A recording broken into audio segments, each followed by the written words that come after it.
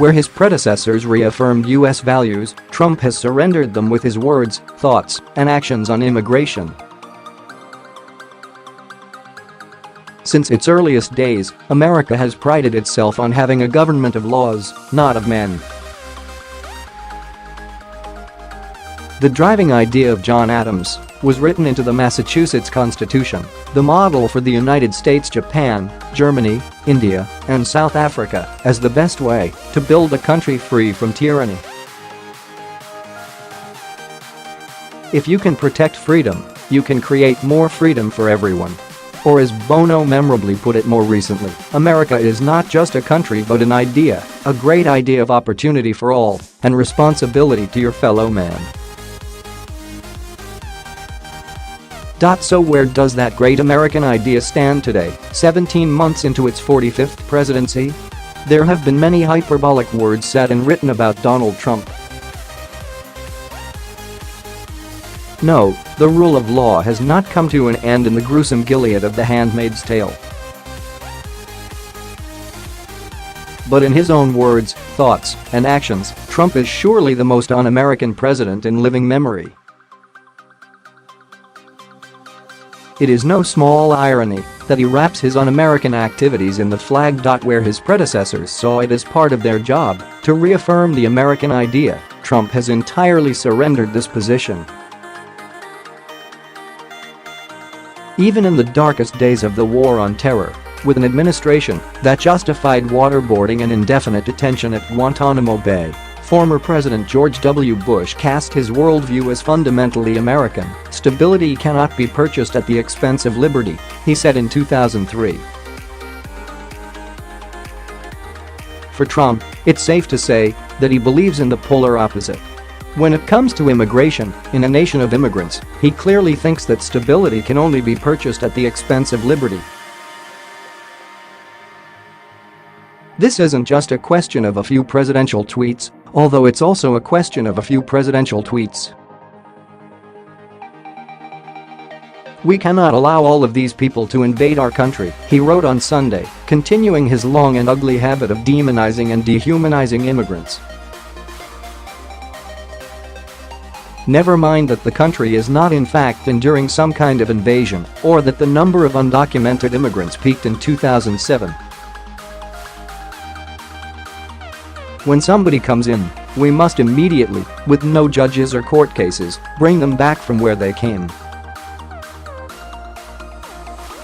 Our system is a mockery to good immigration policy and law and order. Most children come without parents. It's hard to unpack this tweet without having the power to prescribe medication, but duty calls, nonetheless.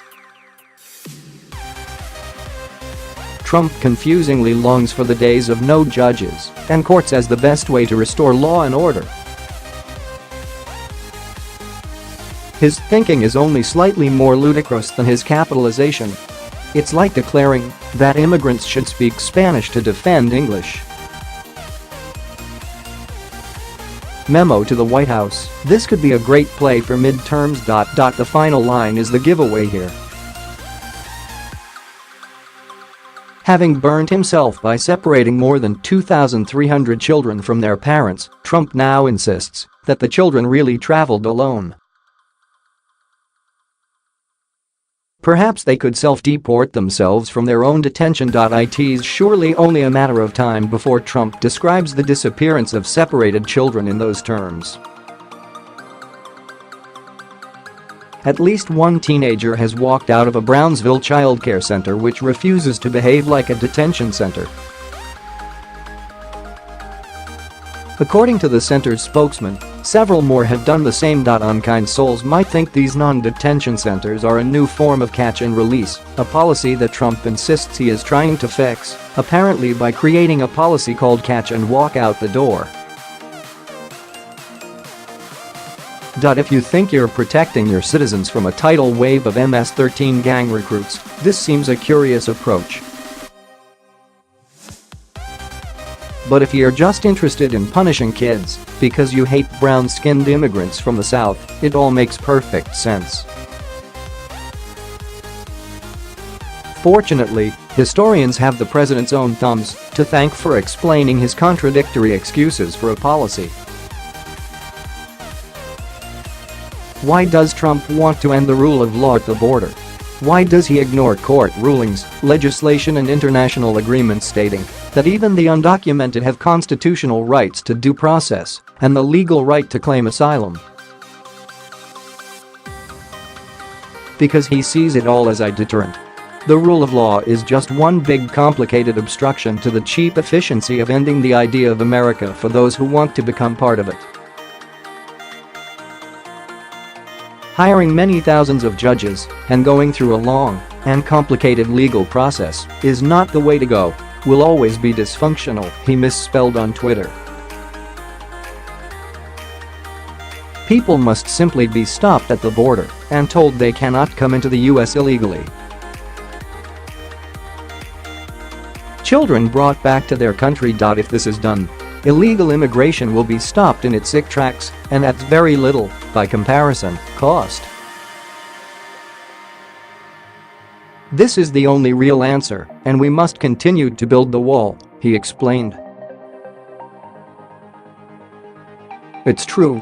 Hiring more immigration judges, as Republicans like Ted Cruz have proposed, would cost more. It is so much cheaper to end the rule of law. All this in an immigration system where an individual U.S. officer already has the power to dismiss asylum claims on the spot based on their view of whether the immigrant faces a credible fear of persecution. These verbal eruptions on Twitter are too easily dismissed when you consider Trump's track record of ignoring the law on immigration. His efforts to instate a Muslim travel ban were knocked down by several of those pesky judges, who may well rule against his recent hastily written order to end child separation by detaining families together indefinitely. The lovers and haters of Trump are no doubt enjoying this whole spectacle. Trump lovers seem to enjoy the sight of their idol protecting them against the immigrant invaders, restoring order to a chaotically changing culture. America's haters seem to take some strange kind of pleasure in seeing American hypocrisy in the open air without any effort to stand up for human rights and freedom. Trump has made the world so simple. But the great idea of America has more staying power than a tweet, an executive order and a single xenophobic president. It endures in the courts, in the Justice Department, in the state attorneys general and the special counsel investigations.